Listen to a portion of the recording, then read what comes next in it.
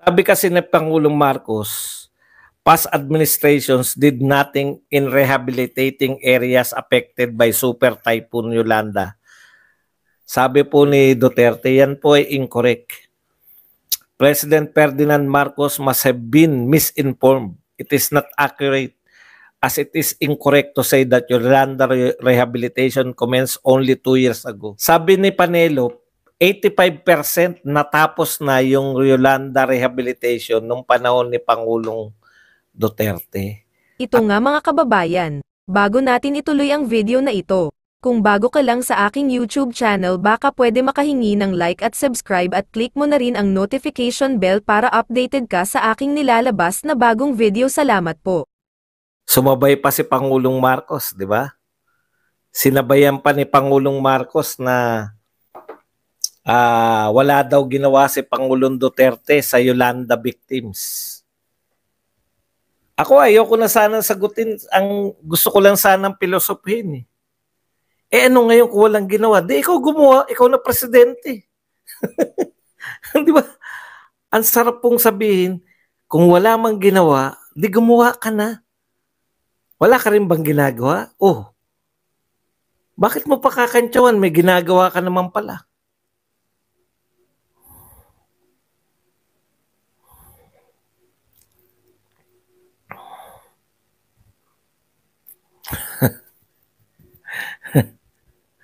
Ito po ang sinabi ni Pangulong Marcos. No, ulitin lang natin.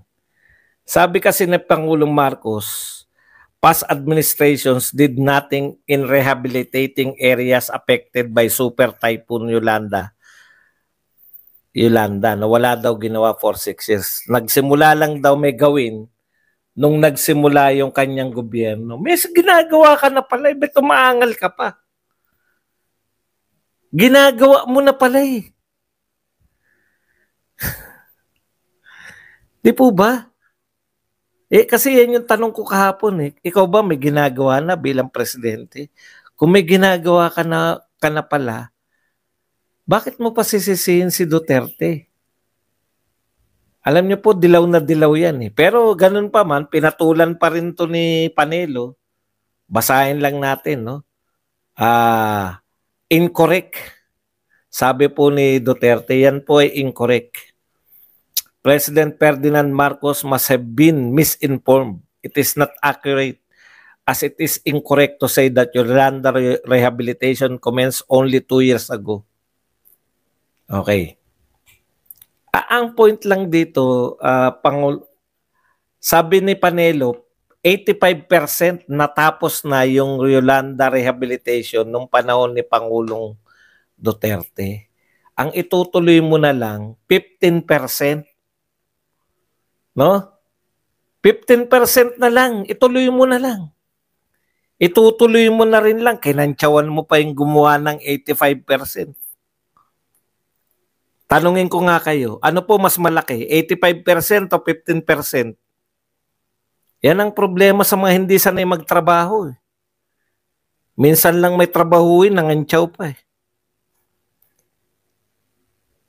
Ang dami pong ginawa ni Pangulong Duterte. Lahat po yung AJK, ICC kasi hindi nila mapapasok, di ba?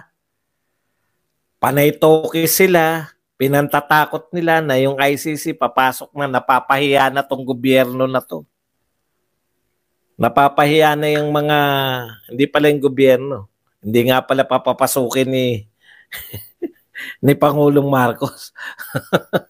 In fairness, napapahiya na yung Kongreso. Salita sila ng salita ng ICC. Yan, yung mga congressman. Di ba may resolution pa kayo na gusto nyong papasukin yung ICC, tinabla kayo ni Pangulong Marcos?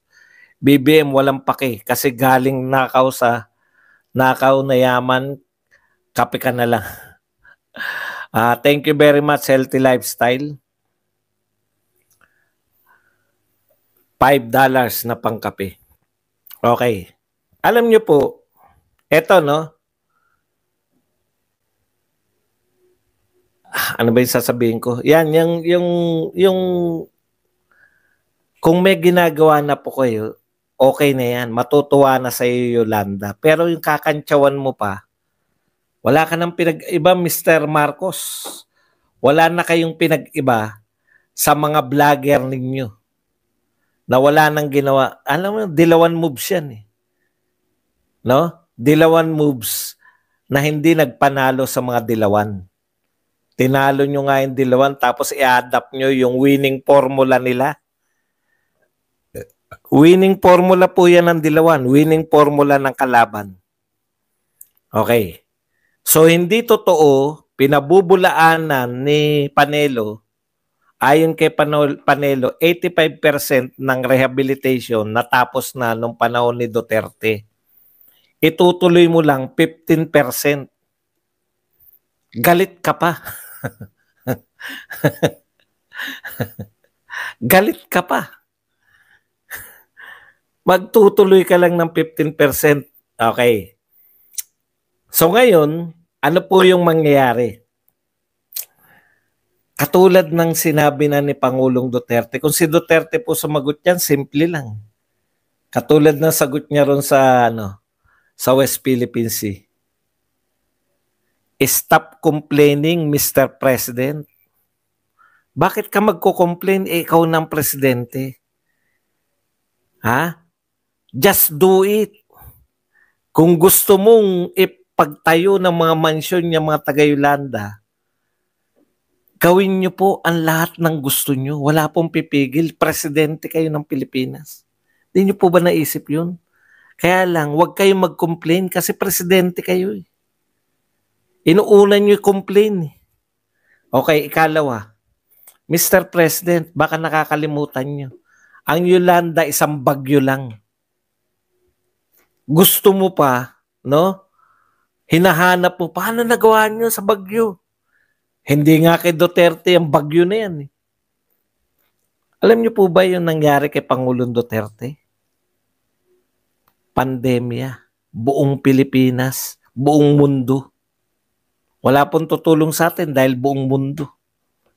Yung sakuna ng Yolanda, nanghihingi pa kayo ng tulong sa nagdaang administrasyon? Ganun po ba kayo kawalang kakayahan? Sinisisi nyo pa yung administrasyon? Bakit inabutan ko pa tong problema na to? Hindi nyo ba kinaya?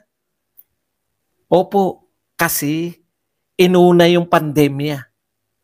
Alam nyo ba yung pandemya, Mr. President? Buong mundo yun.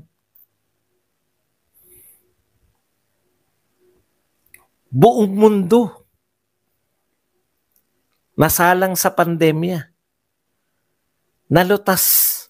Hindi tayo naiwan, hindi tayo yung sangkatutakan na matay. Tapos, Yolanda lang natapos na. Ano kaya mangyayari ngayon kung ngayon merong Yolanda o kaya ngayon merong pandemya? Ano na kaya tayo? Yan, tapos na lahat eh. Itatayo nyo na lang eh. Tapos na po yung Yolanda. 2 presidente na pinagdaanan. Itatayo nyo na lang kung gusto nyo tayuan pa sila ng mga bahay. Tatayo lang. Pero inuna nyo pang umangal, Mr. President. Di ko maintindihan. No? Yan ba yung sinasabi nyo 1 million per year na naalala tuloy namin eh. Imbes na wala na kami iniisip. Asa na ba yung pinangako nyo na 1 million per year? 2 taon na kayo, 2 million na yun. Asa na? Wala na po. Hindi nga pinagmamalaki. Alam nyo, nakakabwisit. Wala na nga halos kayong nagagawa eh. Totoo po. Hindi ko sinabing wala kayong ginagawa. Halos wala na nga kayong ginagawa. Kung makasita pa kayo, o eto po, total, mahilig na kayo sa sitahan. Eto po, sisitahin namin kayo. Ganyan pala gusto nyo eh. Natapos kasi si Duterte, wala kaming, alam nyo natapos si Duterte, pinakamataas yung rating sa lahat ng Pangulo. Satisfied yung Pilipinas kay Duterte nung panahon na yun. Eto po, gusto nyo pala ng problema?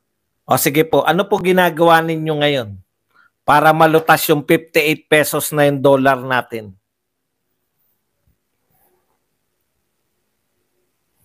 58 pesos na po per dollar. Ano po solusyon na naririnig namin sa inyo? Wala. Bakit po? Inuuna namin si Duterte. Inuuna namin siraan. Yung Kongreso, inuuna namin siraan si Duterte. Yung Senado, inuuna naming palitan